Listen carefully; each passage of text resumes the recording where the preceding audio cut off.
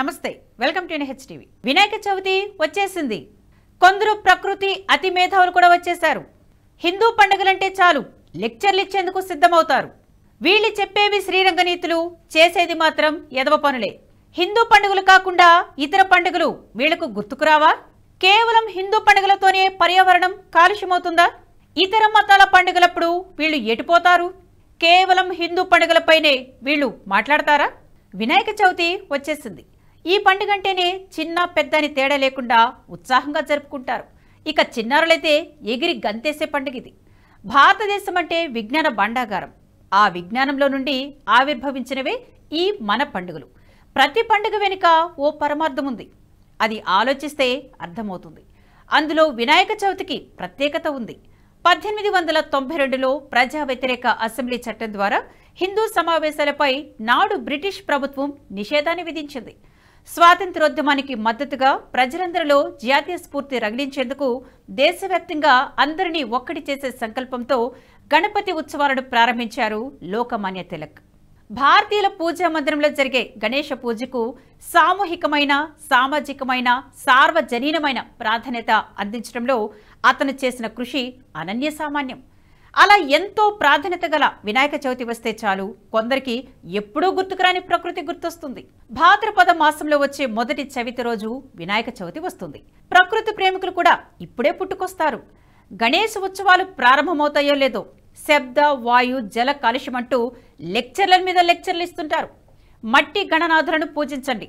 ప్రకృతిలో సహజ సిద్ధంగా దొరికే మట్టితో తయారు చేసిన ప్రతిమలనే పూజించండి అని చెప్పడం మంచిదే అలా పాటిస్తే మన భవిష్యత్తు తరాలకు మనవంతుగా ప్రకృతిని కాపాడి అందించిన వాళ్ళమవుతాం కానీ ఆ నీతి సూక్తులు కేవలం హిందూ పండుగలకు మాత్రమే వర్తిస్తాయా అనే ప్రశ్నలు వినిపిస్తున్నాయి అవును నిజానికి ఇలా ప్రకృతిపై లెక్చర్లు ఇచ్చేవారు ఈ గణేష చవితి తర్వాత మళ్లీ కనిపించరు చెప్పేది శ్రీరంగ నీతులు కానీ వారు చేసేది మాత్రం ఎదవ పనులే పండుగంటే ఎవరైనా సంతోషంగా సంబరంగా జరుపుకోవాలి కూడా ఎవరి ఆచారాలకు తగ్గట్లు వారు ఆయా కార్యక్రమాలు నిర్వహిస్తుంటారు కానీ హిందూ పండుగలు వస్తే మాత్రం కొందరికి కోర్టులు గుర్తొస్తాయి ఇతర పండుగల సమయంలో మాత్రం గప్చుప్పుగా ఉంటారు కేవలం హిందూ పండుగలప్పుడే నానా రాద్ధాంతం చేస్తారు న్యాయస్థానాలకు సైతం వెళ్తారు పిటిషన్లు వేసి అడుగడుగునా అడ్డుకునే కుట్రలు చేస్తారు కానీ ఇతర మతాల పండుగలప్పుడు మాత్రం మాట మాట్లాడరు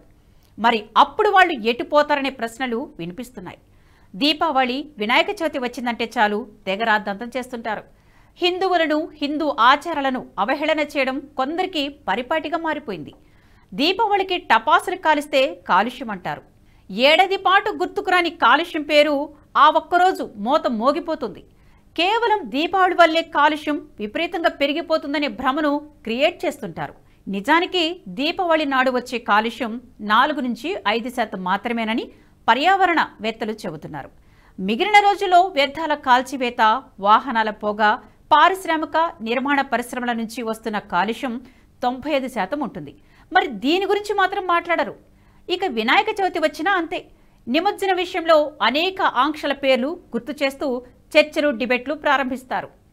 హిందూ పండుగ కాకుండా మరో పండుగ ఒకటి ఉంటుంది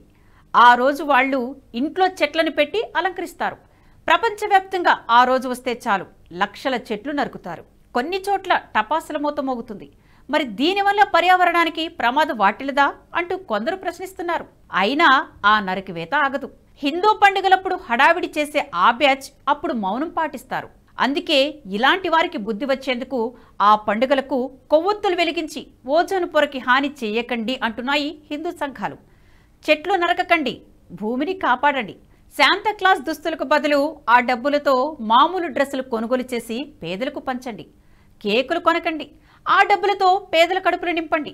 కాలుష్యం లేకుండా పండుగ జరుపుకొని పర్యావరణానికి మేలు చేయండి అంటూ కౌంటర్ ఇస్తున్నారు కేవలం హిందూ పండుగలప్పుడే పర్యావరణ పరిరక్షణ అంటూ ప్రశ్నించేవారు ఇతర సమయంలోనూ నోరెత్తితే బాగుంటుంది అనేది హిందూ సంఘాల వాదన కోట్లలో మూగ జీవాలను వధిస్తారు హిందువులు దైవంగా భావించే గోవులను చంపేస్తారు మరి వీటిపై ఎందుకు మాట్లాడరు అనేది హిందూ సంఘాల వాదన ప్రతిసారి హిందూ పండుగలపై పడడం కాదు వీటిపైన కూడా స్పందించాలని నిలదీస్తున్నారు ఇప్పుడు వినాయక చవితి వచ్చింది విగ్రహాల నిమజ్జనంతో జలరాశులు మృత్యువాత పడుతున్నాయంటారు పశువులు అనారోగ్యం పాలవుతున్నాయంటారు అవును నిజమే మరి ఇవి కేవలం హిందూ పండుగలకేనా అని ప్రశ్నిస్తున్నారు. ఈ వీడియో మీకు నచ్చినట్టయితే లైక్ చేయండి, 10 మందికి షేర్ చేయండి. అలాగే కామెంట్ల రూపంలో మీ అభిప్రాయాలను మాతో పంచుకోండి. Nationalist hub group of channels ను సబ్స్క్రైబ్ చేసుకుని తెలుగునాట జాతీయవాద జర్నలిజాన్ని ప్రోత్సహించండి. ఈ వీడియో కింద ఉన్న బెల్ ఐకాన్ పై క్లిక్ చేయడం మర్చిపోవద్దు.